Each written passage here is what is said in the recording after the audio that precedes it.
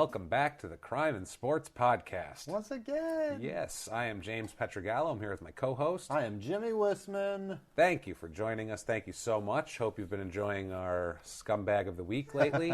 Hope Chad Curtis was a blast for you. But this week, we are moving on. Yes. To a bigger scumbag. Figuratively. So fun. And literally, because he's enormous. He is giant. We are moving on to Jayson Williams. Yes! Let's just get right off the bat. There's like 5 Jayson Williams.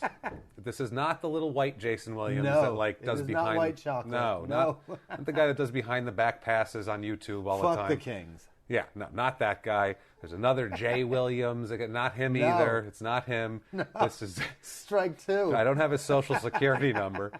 But this is Jayson Williams. The biggest scumbag ever, named Jay Williams. Born February 22nd, 1968. My birthday! There you go. Another J Dub born on February 22nd. A fine man born with you. I'm not as much of a scumbag. I would hope not. I'm close. You would be in or recently out of prison if you were. Yeah. So this gentleman Drinking beer for you tonight, Jayson Williams. Oh my goodness. So this Jayson Williams, here he is. He was a menace, basically. Jayson Williams, like I said, born in 1968. He was born in South Carolina, where his family seemed to go back and forth. Ended up growing up on the Lower East Side in New York. Yes. Which is odd. This is at a time where, like now, the Lower East Side, nobody grows up there. It's like, there's some yuppies. Some business. And like some Wall Street guys and like 4 hipsters that are like really rich and have studios and that sort of thing. And a lot of Chinese people. Right. You can't afford to raise kids there now. Little Italy's like half a block now. And it is. It's like half a block, and it's there. It's ridiculous. And there's guys, and it's probably hipsters trying to sell you linguine with clams. It's just awful. So and some sort of craft beer. Jayson Williams is half black, and he's half Polish and Italian. All right, which is the Lower East Side connection. He hung out when he was a kid. Hung out with all the Italians. He said Italian tough guys, as he put it in his book. We'll be referencing his book Loose Balls. I wish I had made that title up. He wrote a book. Best title ever. Loose Balls. Yes. And he is a loose ball. Yeah. We'll say that much. Loose cannon, loose everything, loose morals. Son of a bitch. Loose son of a bitch. So we'll be referencing his book a lot. And it's Loose Balls that came out in 2000. It was like a bestseller, too. And it's him just basically saying, check out what a badass I am for like 200 pages. So Look at how much of a fuck up I am. So he grows up in the Lower East Side. On the Lower East Side, there he grows large to 6'10", about 250 pounds. He's a big cat. Grew up near a nuclear plant. Yeah, big old power forward. Indian Point might have leaked down to him. I'm not sure. He went to St. John's University in New York. Was one of the red men there in the 80s and the late 80s. That was post Big East. Explosion when you had all the Ewing and at that point Morning, and this was like Twin Towers Morning Matumbo times and things like that. So interesting time there. Gets drafted in 1990 by the Phoenix Suns. Interesting, right? Doesn't end up going there. Number 21 overall in the first round. Gets traded to Philly for like a pick and like 3 basketballs and a pump. One of those hand pumps. Who else came in from Philly in that trade? It was for picks. Really? That's all it was? It was for like picks for like in '93 even. Okay. I think they might have got like something for later. Yeah, they might have. Phoenix they're horrible at drafting. Besides Amari Stoudemire, this may have been the best thing that they ever did in their draft, though. It's interesting. Just getting them the fuck out. Well, and it's so funny because all they needed was a rebounding big man through the '90s, the Suns, and they would have been a lot better. But maybe they kept the people on the streets safe by getting them out. That's true. I'm sure the people of Phoenix were grateful. Maybe they did the public a service, sending him to the East Coast. So he gets traded to Philly, where he settles in there with the Sixers, and he got along with everybody, hung out with Barkley, was a Barkley drinking buddy and all that. That makes sense. That's what you want. Yeah. But his early family, he's got some issues here that he's still, his early family, from what we've heard about, apparently one of his brothers shot one of his other brothers. That's so crazy. There is continuous gunplay that's going to come up with his family, with him. There's just a lot of gunplay going on. If there's anything a constant, it's abandoned children and guns. That's punching and gunplay. Like, it's just, you're lucky if you got punched by Jayson Williams. So, his mother apparently shot at his father one time when she heard that he was cheating on her. So you shoot at the person, obviously. Absolutely. That's the reaction you want. Correct. He said in his book that apparently one of his sisters contracted HIV from a transfusion. Yes. and then gave the HIV to his other sister when they shared a needle. Which, I mean, hate that I laugh at that, but good it's Lord. so goddamn funny. Good God, the tragedy. You murdered your sister. On accident, but still. Good. Well, I mean, yeah, they're sharing needles. Yeah, the fact that the two sisters are both using... And this is in the early 90s when Eazy-E dies of it. Like, that shit is super aware. Yeah. And she knows she's got it. And she's just spiking it up. The 90s was just the decade of AIDS. Yeah. I mean, you knew about AIDS. Absolutely. We've all watched The Real World. Sure. And we watched Pedro wilt away before our eyes. And we knew AIDS, man. Yeah. We knew Magic Johnson had AIDS. That kid that and he had it then. He had it then. Yeah, well, that was AIDS, HIV. That was when it came out. When he actually had it. Still, that was then. So yeah, an interesting time. His altercations and his run-ins with the law start early. They do start in college, actually. Well, let's go back to his sister contracting HIV or AIDS from her sister. They both die, and they have children. Yes. And what happens to those children? Jayson Williams adopts them in his rookie year. Perfect guy to watch over them. Now they have a role model, at least. That's good. A guy with a career, at least. He's got a career. And no AIDS. At the time, this is a guy you're like, this is going to be someone that's going to be dependable. He's going to be a rock. You want this guy to raise your kids. Only like a one red flag before that in '88 when he attacked some spectators at a St. John's game with a metal folding chair. I love it. Yes. Yes, that was a good one. Fucking WWE. That's awesome. I don't know if it was like if he just picked one up off the bench and ran into the stands like Maybe Vernon saw Maxwell. a lot of Bobby Knight and he's like, this is the best weapon here. Maybe. Or if it was afterwards, they were heckling him and he picked up a metal. I don't know where he got a metal chair from. It's a Cactus Jack. He's just carrying one around. I don't know what the hell's going on here. But yeah, he spent the night in the can apparently, and then the charges dropped, so no big deal. I mean, he was a big superstar at St. John's. They were whatever. They'll figure it out. So things are quiet for a little while. He's pretty He's not non-factor as a rookie, honestly. Yeah. His first couple numbers seasons were terrible. Really, his first couple seasons, he was just a non-factor. He's 6'10", he's averaging less than 3 rebounds a game. I mean, 4 points a game. He's just hovering in... His free throw percentage was the worst his entire career. He's never a good, not Shaq level, not like Wilt Chamberlain, right. but it was 60%. Right, average. Come on, I mean... Couple seasons in the 50s, but... Yeah, I mean, Tim Duncan's not a great free throw shooter, but Tim Duncan averages 22 points a game, so when we'll let that go. Who gives a shit? Yeah, he's actually scoring also. So Jayson Williams was doing nothing, basically. In 1992, January of 92, they're in Chicago, hanging out with his buddy, the Chuckster. Yes. Mr. Barkley, as we know to get in a brawl or two. Apparently, there was some sort of altercation. There was an argument, and he smashed a beer mug atop a fellow patron's head. That was that.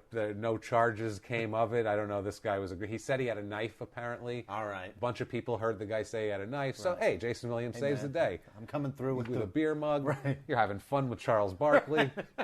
Sometimes a beer mug goes in over my head. head. I'm picturing it being like at the Yard House, like one of those tourist beers, like Oh, the 3-foot beer. I want him to like swing that like a Louisville against a dude's head. I'm picturing like a saloon style. Yeah, like something thick, something thick, meaty. Yeah, something really meaty. Something that'll crack a skull.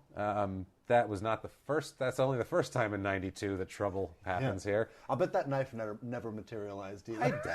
I doubt it. The guy was probably honestly scared shitless of an enormous Jayson Williams wielding a fucking beer mug, holding anything. And Charles Barkley's not a small guy either, not at all. And he's as wide as a house. So I mean, these two together, he was probably scared. And he was probably like, "Hey man, I got a knife," like trying to get. And the guy was like, "Oh yeah." That's a good point. And then smash over the head with a beer mug. You end up so that's possible. Then 6 months later, the pattern starts to emerge a little more. He beats up 2 men in a bar. I'm not sure if this was the one he owned or not, but he asked these 2 gentlemen to leave the bar. Correct. Which, if it wasn't his establishment, I don't know what the hell place he has doing it. Right. I'm the biggest guy here. Leave. Right. I don't know this is my place. Yes, I play for the Sixers. I'm going to leave. I dare now. you to tell me it's not. Yeah, I don't get it. So anyway, these 2 guys, he says they challenge him to a fight. They go outside. Now he's enormous. First of all, he maces them first. Just to even the score. Even the score, mace him up, and then beats the shit out of him afterwards, which is a good progression, I think. If you're gonna. It's a good way to start it. He softened them up a little bit. Hey, guys, hey, and then just started attacking them. I like that. Can you see me? Yeah. It's harder to see a man that's that big with mace in your eyes. I would say so, while he's raining giant blows upon you. So I wish I could have seen that fight, though. That sounds awesome. And so this fight, actually, charges are later dropped, but there is a lawsuit. All right. One man sues him for millions, sues him for like $3 million, I believe, or something in that neighborhood. It was multiple $1 million, settled for $30,000. This guy settled for like a new Corolla. Back then, that was probably, that's probably let's be two fair. Corollas. That's like a Jeep Cherokee in 90. Yeah. So this guy settles for a new car, for a mid-sized SUV. And Jayson Williams, apparently thrilled with the outcome, he tells Sports Illustrated later that, quote, "It was the best $30,000 I ever spent. I beat his fat ass." So, if I've got a bunch of millions of dollars and somebody picks a fight with me and I'm his size, I may say that exact same quote. it's pretty fun. And that's another thing that keeps coming up is until the actual the incident that we're all going to get into here. Yeah. He owns a lot of shit before that. Yeah. Like, in his book, his whole book is about, I beat this guy's ass, I almost shot this guy in the face. The whole book's like that. So he owns a lot. So now he gets traded to the Nets in 92. This is when the career takes a big uptick. Well, not yet. Well, I mean, 96. being that he gets to New Jersey, who was he playing with there? Was it Nelson? Was it Don Nelson, the coach there? I don't think forget. so. In New Jersey, I don't remember who the coach was. PJ in New Jersey. Carlissimo or some shit like that.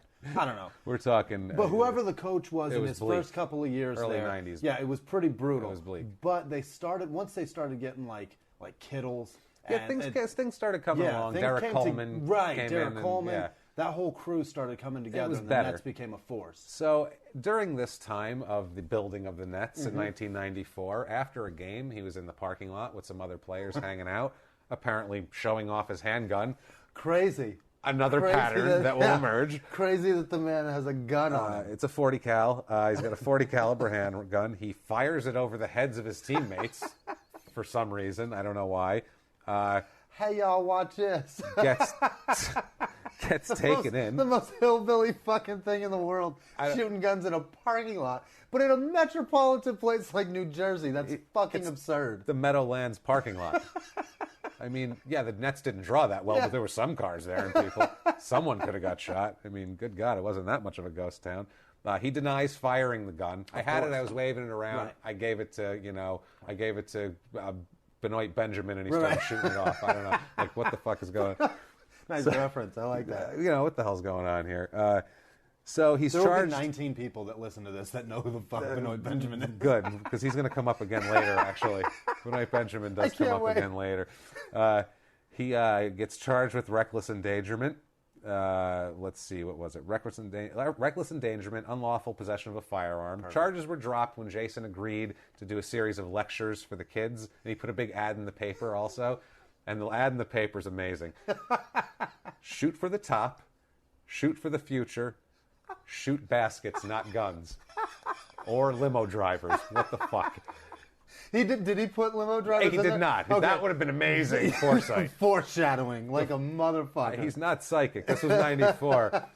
And if he already knew that was something that shoot for the stars, shoot for the moon, shoot for your future, shoot baskets, not guns, not guns, jackass.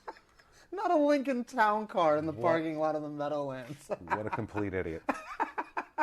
So he's just a complete jackass. So then 3 years later, like 97 or so, 3 teens say that him and Derek Coleman assaulted them outside of a nightclub, which, good Lord, can you imagine him and Derek Coleman coming at you? Unbelievable. Derek Coleman is ahead, and that's it. The man he's a giant, just a round... Yeah. His eyes are like swollen shut because he's so big. If you don't know who he is, Derek Coleman is like 6'11", and he looks like late career George Foreman if you just made him 6'11". That's what he looks like. He has a bald head, giant face. He's enormous. He looks like if you pulled his arms, like he would be like that Stretch Armstrong. Yeah. He would just keep moving in any direction. I don't enormous. know. I don't know if this actually happened, and no charges were filed, but that seems like to be another thing here. It's probably legit. Continues to be crazy. Like Rick Barry at one point, who's an NBA legend and a Hall of Famer. If you don't know who he is, he's the guy that came up with shooting the free throws underhand, and he was a good free throw. He was like a 90% free throw shooter like that. But called Jayson Williams a part-time player, full-time party animal in an article. That should be on his fucking tombstone. That's really beautiful. Should, and it probably will be. And that's his Rodney Dangerfield, there goes the neighborhood. That's beautiful. Yeah, there was no Twitter to like go back at him at that point, Right. so instead he just waited until they played Brent Barry in a game, Rick's son, and he just roughed him up for the entire 48 minutes. Just beat the shit out of poor skinny Brent Barry.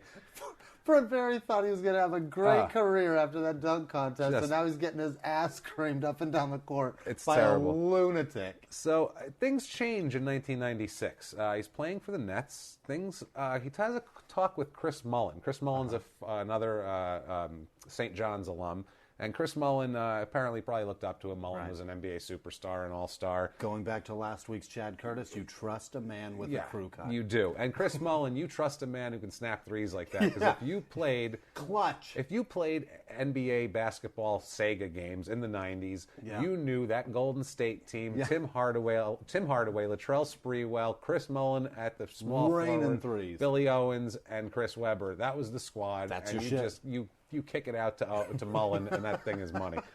So he had played this game, apparently, and trusted Chris Mullin. Mullin explained to him how he was a big partier, a big drinker. Then he did some math, and he said, hey, if I stop partying and drinking, at least for my career, it's probably a $30 million difference in terms of how much better I play. Stop kicking people's asses and losing $30,000 at a clip. Lawsuits, arrests, just general reputation, and just partying, too. I mean, if you go home at the end of the night, you're going to save rather than going to strip clubs and all that kind of thing. So Jayson Williams actually, for the first time, stopped partying. He stopped drinking. He embraced sobriety. He would go home at night, no alcohol. He was doing and it showed on the court. And apparently Chris Mullin lost his number or some shit. That's later. I don't know if he retired. But, I mean, for a couple years there, he put it together on the court, too. I mean, in 96-97 season, he averaged 13.4 points a game, which, whatever. But that's decent. 13.5 rebounds. So, I mean, that's... Crushing it. 13 and 13, we'll take that. You're averaging a double-double. That's pretty good. I mean, the 13, you want a little more points, but not if 13.5 rebounds is getting into rarefied air. That's a really good average. Whether or not he makes the bucket coming up next, if somebody else makes it, that's a great number. It's not Dennis Rodman, but I mean, that's like saying, oh, well, it's not Babe Ruth. Whatever. So anyway, Rodman also put some points on the board. He was worse than this points per game. Yeah, Oh, Rodman was a terrible scorer, but I figured it was 16. No, he loved. We'll get into Rodman another time, I'm sure. Actually, on this show, but Rodman will come up later. But 97-98, he averages 12.9 points a game, 13.6 rebounds. So I mean, he's holding steady. It's going up a little. He's probably in better shape. Yeah. He's not drinking. Feeling like maybe there's a Hall of Fame career going to end up out of this. He's pulling it together. So much so that the Nets decide to entrust him with $90 million. Oh, Jesus. A 6-year, $90 million contract on the table for Jayson Williams. And that spells the end for that man. You don't give $90 million to a man. I mean, next season he comes out 98, 90. He's psyched. Yeah. I got 6 years, $90 million. I'm going to play until Stephon Marbury gets in my way and I trip over him and snap my leg in half. And he does suffer a career-ending leg injury on April 1st. Hey, April Fools, haha, your leg's broken. That 1999. Makes exact sense. In a collision with Marbury. They were playing the Hawks. They put a plate and 5 screws in his leg, and that was pretty much that. He waited a year to retire, but it was over at that point. That's the equivalent of a 90-year-old lady breaking a hip. That's just the end. He had a quick wedding and divorce at that point, too. Yeah. Just a quickie little thing like that. Announced his retirement in 2000, became an analyst for NBC. Right. They were trying to get, personalities in there and make it like TNT. Jason... Throw a couple of road sodas in this guy, and he's going to be fun. Yeah, man. He'll mace Charles Barkley and then beat up Kenny Smith. Kick the shit out of Kenny Smith. So... At this point, he releases the aforementioned Loose Balls. Yeah. Best book title ever. We're 12 years old, by the way. Every time the words Loose Balls are mentioned. Loose Balls, that's so good. We break into laughter like jackasses. Such fucking quality. Loose Balls, this is, like I said, memoirs of him acting like a fucking lunatic from top to bottom. He talks about in high school, like he knocked a guy out and tried to push him out of a 4-story window, and that's a red flag, I would say at that point. Apparently, his father shot a kid in the ass who was fucking with Jayson Williams. I don't know if this is like an older kid or whatever, but his father shot a guy in the ass, a kid, like a child. You don't shoot a child. He didn't shoot a guy. He shot a fucking kid. He shot a child shot a kid in the ass. With a legit gun, not a pellet gun. A fucking gun. A gun. He shot him. And his father wasn't even the Italian parent. And I can say that because my last name's Pietragallo. Fuck off. Recounted multiple stories of gunplay also, which is amazing. Such a theme. He was apparently hanging out with Manute Bull at Manute Bull's house. If you don't know Manute Bull, basically get some taffy and stretch it as far as it goes. And that's what Manute Bull is like. And stand that shit up and put a basketball in its hands. That's him. A nice man, though. He donated every cent he makes from everything to the Sudan, and he's from the Sudan. Good guy. Anyway, he's 7'7", I believe, 7'6", and look up Manute Bull 3-pointer. Just on YouTube. Do yourself a favor. Just look at a 7'6" man. He looks like the guy from Street Fighter that stretches out. That's Manute Bull on watch him shoot a 3-pointer. That's what you have. It's like a daddy long legs with a basketball. Amazing. It's hilarious. It's so cool. So he's so skinny. He's hanging out with Manute Bull. Manute Bull's uncle from the Sudan is there hanging out, and he's fucking with Jayson Williams, and he's saying oh, I hear you're the gangster man. I don't know why I'm doing an accent. I don't even know what accent they have in the Sudan, but he's like, I hear you're... And that probably means something different in the Sudan. Yeah, who knows? He said, I hear you're the gangster guy. You don't look so tough to me. And I guess he showed him like a necklace where he had turtle heads on it and shit. I don't know if that was his way of being like, I'll rip a turtle head off and wear it as a necklace. I'm a lunatic. You don't want to fuck with me. So apparently, there was a joke, and then he got a little more serious. And apparently Jayson Williams, recurring theme again, gets a few drinks in him. He's a little loose with the gunplay. Oh, boy. And so he goes out to his car and gets a gun and comes back in and points it at Manute Bull's uncle, scares the living shit out of him. He's from the Sudan. Yeah. He's used to gunplay. Right. This guy sees a gun, that's execution time for him. The man's had a gun since he was 7. So yeah, this guy probably a little skittish around guns if he's from the Sudan. Freaks him out.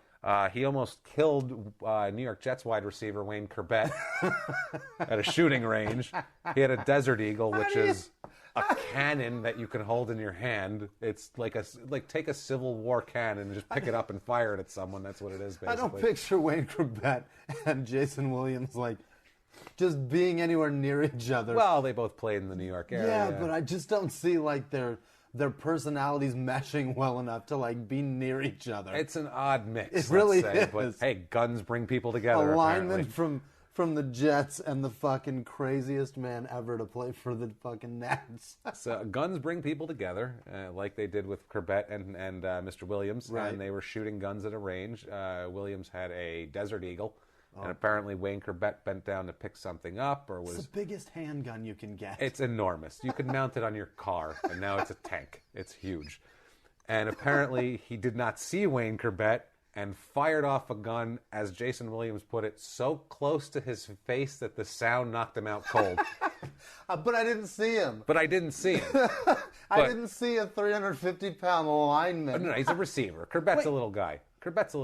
I'm picturing somebody else. Yeah, Wayne Corbett is that little over-the-middle, Wes Welker type receiver. Little tiny white guy. Is that who receiver. it is? Yeah, he's a little white wide receiver. Perfect. I'm talking about sports and I haven't got a clue who the fuck Wayne Corbett is. That's all right. That's okay. Wayne Corbett, he's got a French name, whatever. That's an odd thing for. How many football players have French names? Maybe overlooked him. I was picturing a lineman. I have no idea. No, he's not a lineman. He's a little guy. Not little. I'm sure a regular-sized person. All right. But, he's like a 5'11", 6-footer or whatever. All right. Over the middle. Still is a grown-ass man. He's a slot guy, but who's you'd right still in see front him. of your pistol. You'd see him when firing off large caliber weaponry. So that's, loose balls. He's working for NBC at this point. At this point, he has another incident in a bar with the Dikembe Mutombo, of all people, this time. All right. He apparently wagged his finger one too many times. Another African from the Sudan that he can't deal with. It's a real problem with Africans, this guy. He's racist.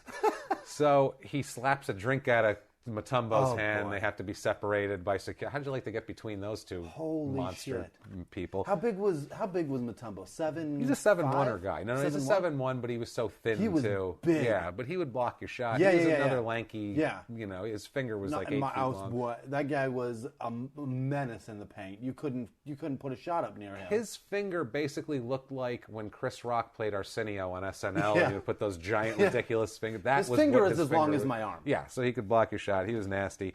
At this point, he buys a lacrosse team a jackass for some reason that moves to Anaheim the next year. He just had nowhere to piss his money away. Open a restaurant and sell sliders, you fuck. He's hanging out. He's got a nice house, which we'll get to in a moment. So we come to the night in question here, which is January 13th of 2000, or February 13th of 2002, night before Valentine's Day. How romantic! How sweet! How sweet! Where he gets picked up by a limo driver. He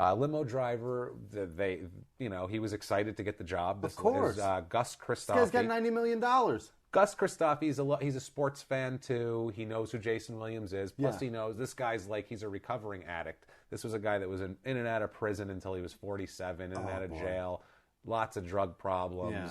And now he was clean for 7-8 years, was in recovery, was a counselor at the Freedom House, which is a drug rehabilitation center or whatever. So, he was doing well for himself, really trying hard. Scores a job with a guy with $90 million, figures guaranteed payday. This guy's got the money. I drive him around, and I've got a good life. Yeah, he apparently was, making $65 an hour plus tip for this type of thing. Because it was a long, he had to go to Bethlehem, Pennsylvania, to Lehigh University to pick up the Harlem Globetrotters, who were playing a charity game there that night. Jayson Williams wanted to take the Globetrotters and a bunch of his friends out to dinner. So he sends the limo. I think it was actually a van though, like a limo van. Sends them to get the Globetrotters with a few of his friends at Lehigh University. This poor guy, Gus Christofi, he dropped out in the 6th grade. This guy. Oh. So if you drop out in this guy didn't have a chance. That's not on the No. That's not on the kid. Yeah, this is a guy down on his luck who didn't. He had no preparation for life. Your parents have to be on top of you enough at least to make sure that you stay in school beyond 6th grade. Absolutely. Make it past middle school and then you're on your own or whatever. But 6th grade, good God. Driving for Jayson Williams is the best job he ever had. He was very addicted by the age of 16. He had huge addiction issues. They said in and out of jail. Just known as a great guy. Everybody loved this guy. Known as a super generous guy. Give you the shirt off his back. Yeah. Like a counselor, would bring people presents and candy and things like that. Just beloved, like a beloved guy in the community. And plus, I think people root for an underdog, and this guy was an underdog. Absolutely, and he was making it. You know what I mean? So anyway, they end up going back to pick up the Globetrotters and Benoit Benjamin. This is where Benoit Benjamin comes into play. He was involved in this, and Chris Morris, who was another old teammate, and then a couple of his friends. A guy named Curly Johnson, a guy named Paul Gaffney. Jayson was going to drive his own car. He had a couple of his buddies with him that were like old friends. A guy named Kent Kaluko, who will come in a lot later on. He was an ex-New Jersey high school basketball prep star. And John Gordnick, who's a middle school basketball coach, which I don't know what the hell he's doing hanging out with this guy, but whatever. That's fine. Strange. He's there. So anyway, they drive back to Jayson's house. And the level of mansion cannot be overstated here. It's enormous. This is ridiculous Beverly Hillbilly shit. It's ridiculous, this house. Carolina Hillbillies. It's silly. It's 130 acres. He's got a billiards room, an indoor basketball court. 130 acres in the New Jersey woods. Okay? Wow. Yeah, he said he bought that much because he thought that he needs to go wild sometimes, and literally he said he wanted to give himself some buffer space. area. That was a place he could go wild. So that the bullets can slow down. And he did, because in addition to the billiards room, basketball court, indoor and an outdoor pool, and all this, he had 2 par 3 golf courses, a duck pond. The house itself was 31,000 square feet. Unbelievable. 3,000 square feet's a big house. That's a lot. 31,000 square feet is a neighborhood. Yeah. It's a neighborhood, basically. So, he could have had like 4 families living in there he didn't even fucking know about. Never see them, Never would have saw these people. He had riding stables. Riding stables? What, are you fucking kidding me? Man can't get You're on a from horse. Manhattan. Yeah. You're 6'10". You got. What are you riding horses You around? gotta buy a giraffe to ride. What are you, Jesus, a little girl? Is there a pony in there for you, Jason? So anyway, he's got a duck pond. He's got an ATV track. He has a pasture. This is the most ridiculous. This is like wearing like a hubris hat right here. This is what this is. He had a pasture with a big gate that led to his prized cattle with on a big wrought iron, like it's Texas. Yeah. With a big JW on it. Circle J Brand. Think about that. Christ. That wasn't just there. He No, had to call he a had to wrought iron Yeah. guy. Somebody had to weld that shit. And he was like, I need a big, no, it's got to be fucking big. They came out and measured. He's like, I want the JW, not that font, that font. He thought about this. Yeah. This was a fucking thing that he did. It was time spent. Lunatic. Yeah. So anyway, this guy, they all go back to the house. Gus, like I said, Gus Christofi, the limo driver, was a really likable guy, and apparently the Globetrotters and the guys in the van took to him, and they invited him in the house with them. And also, too, they also invited him out to the dinner they went to before they went to the house. And he didn't eat dinner. He sat around drinking coffee off to the side, but they wanted him to come in and not sit in the car and wait. It's February in New Jersey, so it's probably cold out there. And apparently Jayson Williams at that point... Biggest mistake ever. At dinner started making a couple of snide comments toward him. Yeah. Humorous type things, but it's like he's going to be our whipping boy for the night. Because he doesn't fit in with us. We're not the, so he was fucking with poor Gus. We got $90 million, you guys. Well, he has $90 million, let's say. The Globetrotters, I don't think they're making shit. But... No. So anyway, they get back to the house after all this. They go to the Mountain View Chalet in Asbury. They go back to Jason's house. They have him come inside. Kaluko invites him in, actually. It ended up being Kaluko. As they're walking around, Jason has to show off the house to everybody. Which, why else would you buy this insanity?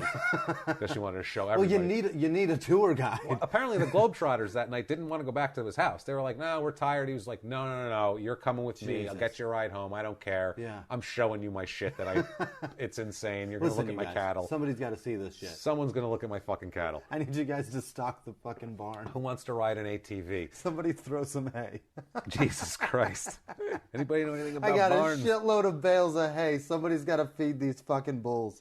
So apparently they're walking around. He's showing them the tour. Guys start breaking off here and there. There's people hanging out in different rooms. The place is enormous. You're going to lose some people. Tour continues into the bedroom. Gus is there, of course, the limo driver. 3 of the Globetrotters. And Kaluko's in the doorway also watching this. Apparently, Jason opens up a gun case. Uh-oh. Big, giant gun case. Uh-oh. That's where the trouble starts. Opens up the gun case. Now, it's known, Gus is known to all his friends to hate guns also, too. He's very uncomfortable. Didn't want, like when he was a kid, his father tried to take him hunting and he wasn't interested. The guy has a 6th grade education. He can't operate a gun. He's a little skittish around the guns. Sure. Just like Manupal's uncle. But he's not from the Sudan. He's from Paterson, New Jersey. But that's okay.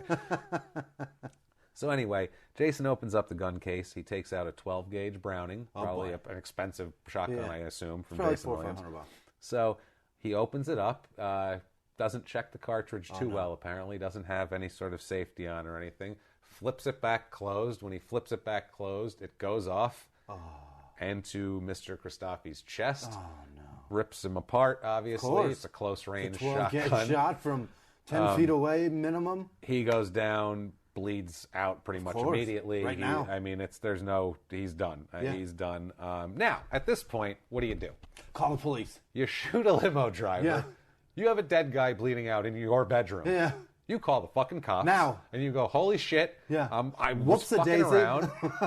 Whoops-a-daisy, shot a guy. Now, I don't know if maybe it's his history of gunplay and violence where he went, oh, fuck, what do I do? Or if it's, like I said, this giant hubris cowboy hat that he's wearing where he's like, instead of doing that, he says, let's pretend it's a suicide.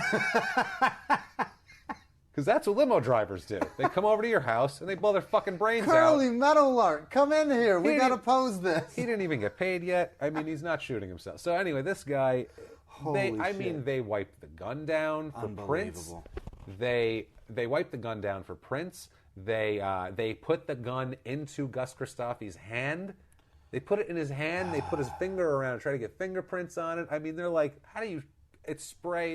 Obviously, how do you get that shot into your chest, though, with that kind of shotgun? Never seen an episode of anything. He's never seen CSI. No, he knows Clearly nothing. Doesn't watch Dateline. He knows nothing about Just call the police and say, whoops-a-daisy. Yeah, what's the worst that could happen, honestly? Negligible, whatever. Right. You do some probation, you pay a big fine, you're going to have to pay this guy's family off. For this guy, I mean, I don't know. You got $90 million. You can afford it. Sell a couple of bulls. So apparently this is Colucco and Jayson Williams conferring and deciding that this is the right thing to do, make it look like a suicide. Colucco tells all the others, the Globetrotters and whoever else was around. It woke up Jayson Williams' half-brother who was living there. Yeah. I don't know if he was the one who shot the other one when he was a kid or what the fuck happened there.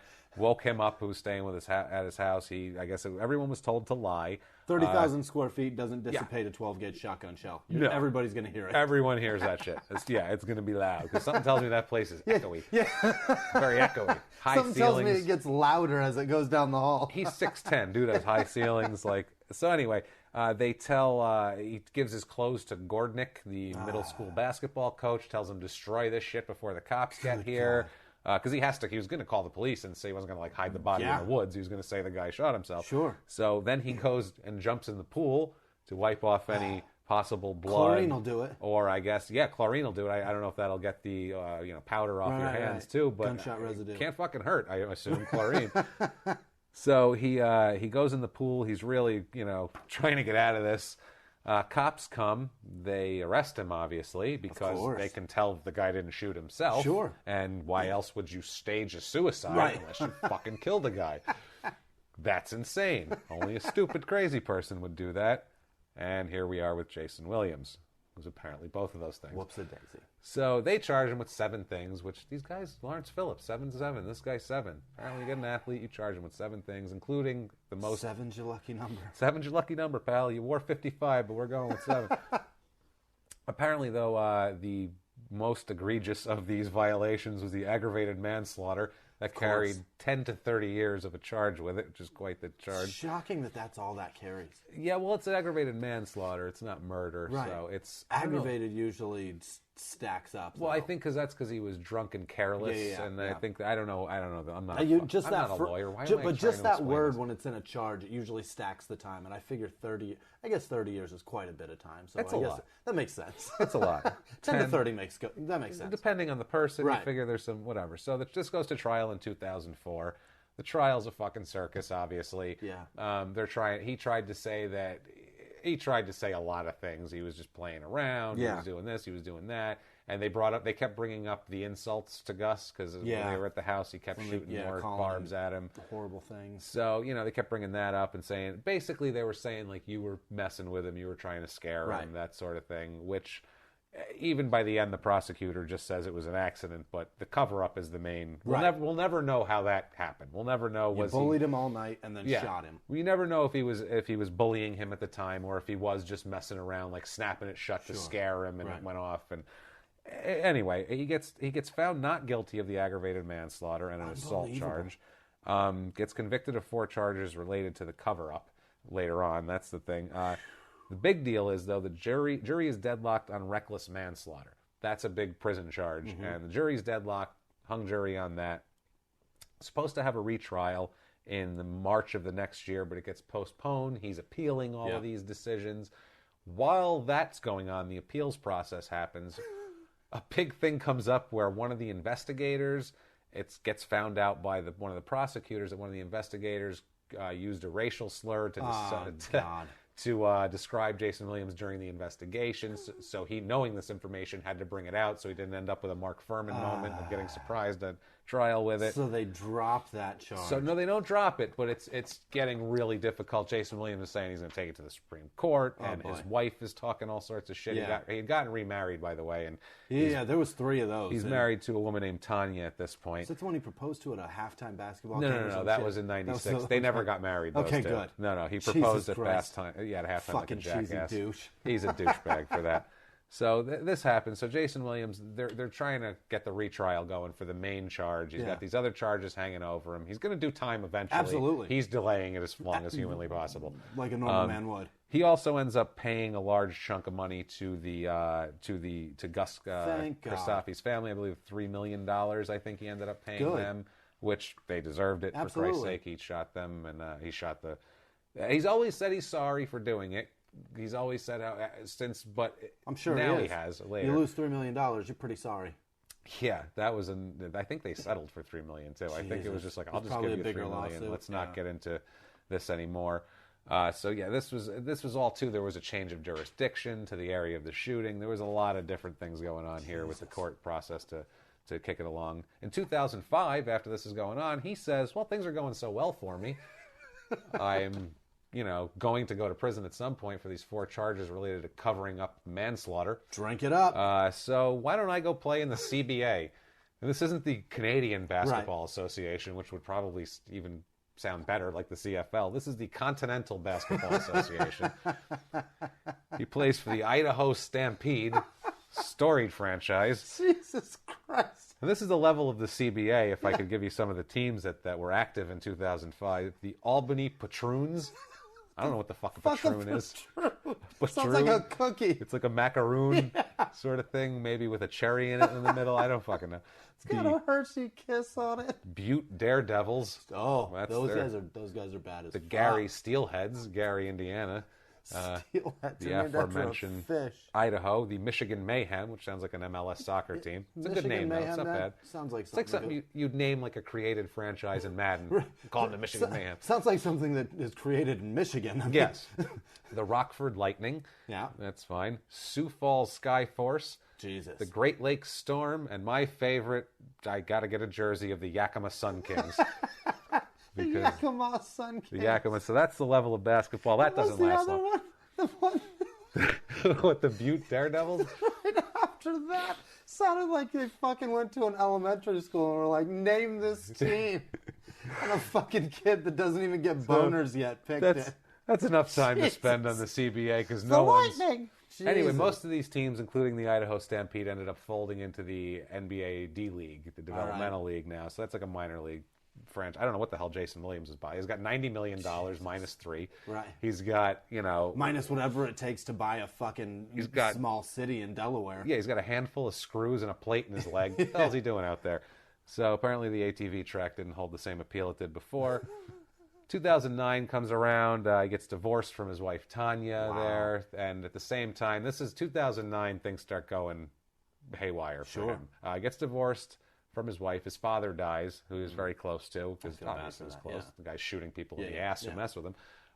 He gets called, police get called in April of 2009. Yeah, police get called to a Manhattan hotel room for a drunk and suicidal Jayson Williams. And he's so drunk and so suicidal and out of control that they have to tase him. Oh, boy. So this big giant load I imagine goes it down. took more than one. Probably. He's a big guy, and we all know he gets a little crazy when he's drunk. Suicide notes all over the room. Multiple drafts. In case they don't find this one. Multiple drafts. In case they don't find that one. He made it rain with suicide notes, which is not something you want to do, not normal for the average He's like NBA you player. right now, throwing these cue cards all over the room, or David Letterman after amazing. a fucking...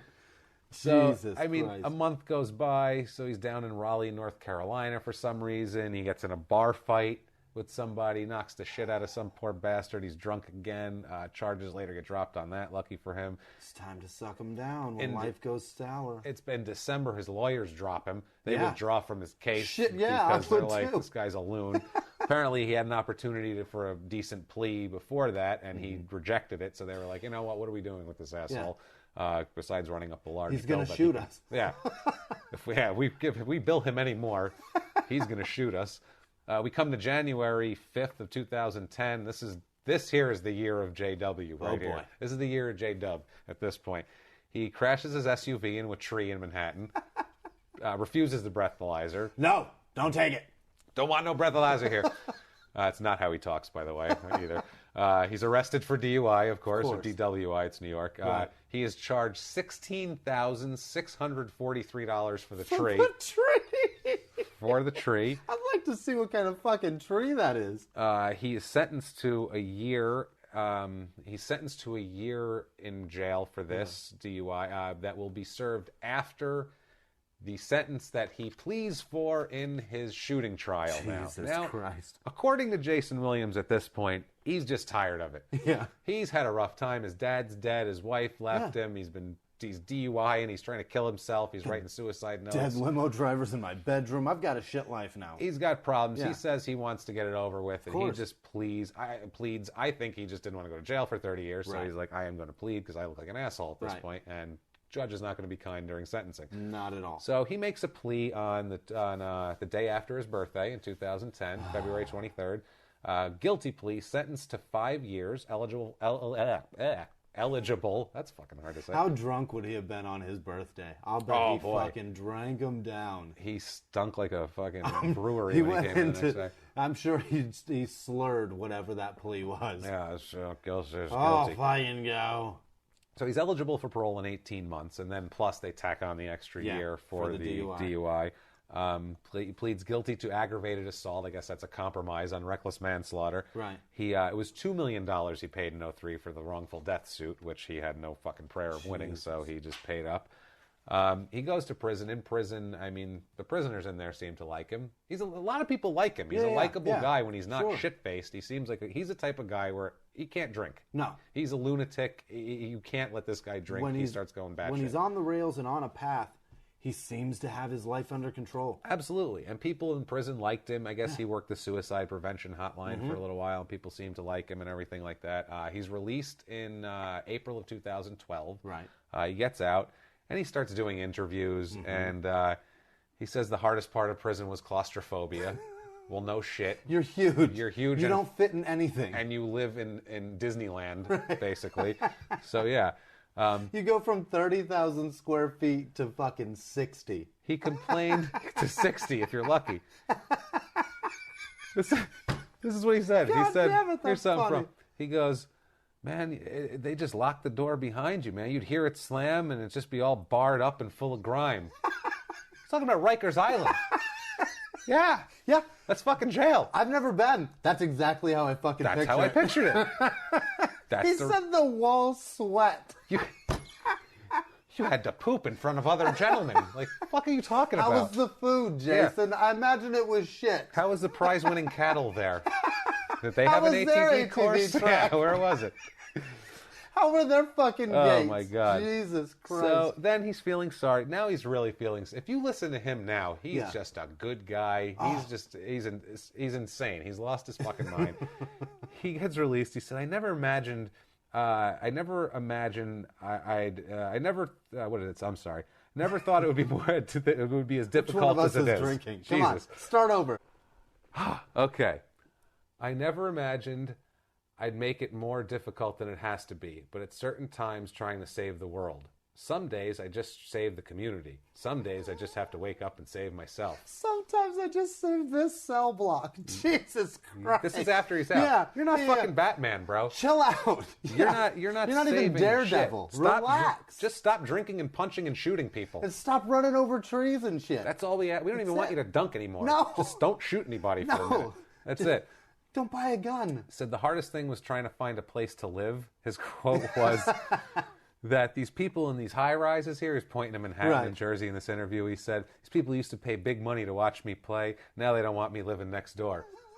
Yes, because you fucking shoot You shoot people. your drivers, bro. You punch people Yeah. and shoot people and mace people and act like a And complete by the way, asshole all the they time. paid to see Kerry Kittles. Nobody ever bought a ticket because Jayson Williams was on the team. You just happened to be a piece that was helping him win. Good God, yeah, he wasn't. So he's so, humble at this point that he writes a book called Humbled that came out last year. Is it about your driver, bro? Because that's who got humbled. Jesus I would Christ. say it's called Humbled, Letters from Prison. It's on Amazon and paperback and Kindle, and I would have loved more than anything to read this book for you guys and to, reiterate his insanity, but I'm not giving him $8 fucking dollars. Which is what the Kindle costs. He's just going to spend it on a 6-pack anyway. I'm not giving him a fucking dime, and I don't care what he has to say. There's a 4-minute trailer for it on YouTube that is amazing. I can't wait to watch that. Jayson Williams, Humbled. It's awesome. It's basically just like music in the background and how he's a good guy. Yeah. Amazing shit. So he apparently is so humble, and he's doing so well for himself that a month ago... Time to celebrate. Time to celebrate. Let's get shit-faced and drive around upstate New York. So, January 26, 2016, he's arrested for DUI in upstate New York. Just a month ago. A month ago, he crashes into a telephone pole. If it's standing still, he will fucking hit it. He'll hit it. He'll shoot it. I assume the guy he maced was probably in a wheelchair. Standing still. Or held by another man. If you are around Jayson Williams, for Pete's sake, fucking move. Move. Just keep moving. Just keep moving. He might be a bad shot. Go to the left, go to the right, just move around. That's how Wayne Corbett survived. He's quick. He's good out of the slot. Zigzag. Fucking zigzag. Do a slap Run a fly post. pattern, slap post. That's it. Yes. That's it. That's the one. You got it. So they take him in. So he's a mess. He crashes his car. He's all cut up and scratched. They take him to the hospital, draws blood. Guess what?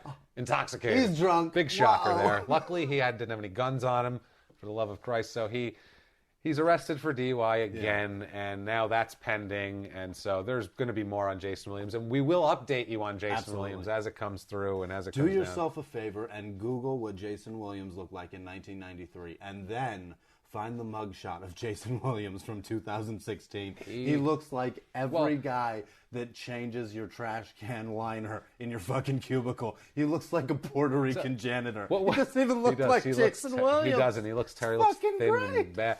So we will post those pictures, by the way, together when we release the episode. So fucking We'll good. post those because you're going to want to see this shit. We'll post a picture of him playing and then post a picture of his mugshot. And there's a plethora of mugshots here for him. So this is like a choice. Like, the lighting's better here, but he has more cuts and scratches here. It's really going to be fun to pick out. Which one looks more like Olin Mills did it?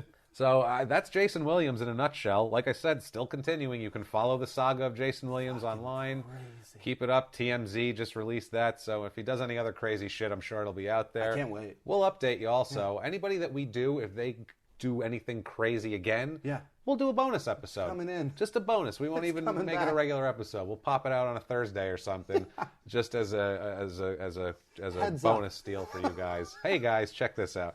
So, we want to keep you informed. We're not journalists. Right. We're not crime reporters. No. We're not attorneys. We're a couple of comics. Who are shitting on assholes. We're just, that's it. We're a couple of comics, and these people are dicks, and we're going to talk shit about them for your enjoyment, hopefully. I don't know. Because it's proven. It's all in writing somewhere. Please follow us on Twitter. It's at crimeinsports. It's crimeinsports@gmail.com is the email if you want to have any commentary for us or maybe future episode ideas, anything like that. You want to call us assholes. Please, anything, whatever you want to do. Twitter, if you want to do it publicly. Or you can get on our Facebook page, facebook.com/crimeinsports. We're all over the place. I am on Twitter at Jimmy P is funny. And Jimmy, you want to give me yours? I'm on Twitter at Whisman Sucks, WHISMAN Sucks. And that's also Instagram, Jimmy Whisman on Facebook. Find me, follow me, Facebook whatever. Too, whatever. My Find us. apologies to Wayne Corbett for not knowing who the fuck you are today. Yeah, sorry, Wayne Corbett. I'll Google you. Sorry, Benoit Benjamin, to wrangle you into this. Sorry, Manupol. We miss your black spaghetti ass. You did nothing wrong to anybody, Manupol. You were a wonderful man. But thank you very much for joining us. Next week, join us again. Next week, we are going to get into a little international flair. We're going to have a soccer player. I'm so excited. And he's a fucking lunatic. I can't wait. It's going to be really fun. So even if you don't give a shit about soccer, trust us, it's fun. It's going to be fun. And we're going to make it fun for you guys. Thank you so much. Join us next week. Each and every week on a Tuesday, iTunes, get us on Podomatic.com. Remember to rate and review, please. That helps us so much on the rankings and all that shit. It's complicated, but please help us. Rate, review, share, all that shit. Share.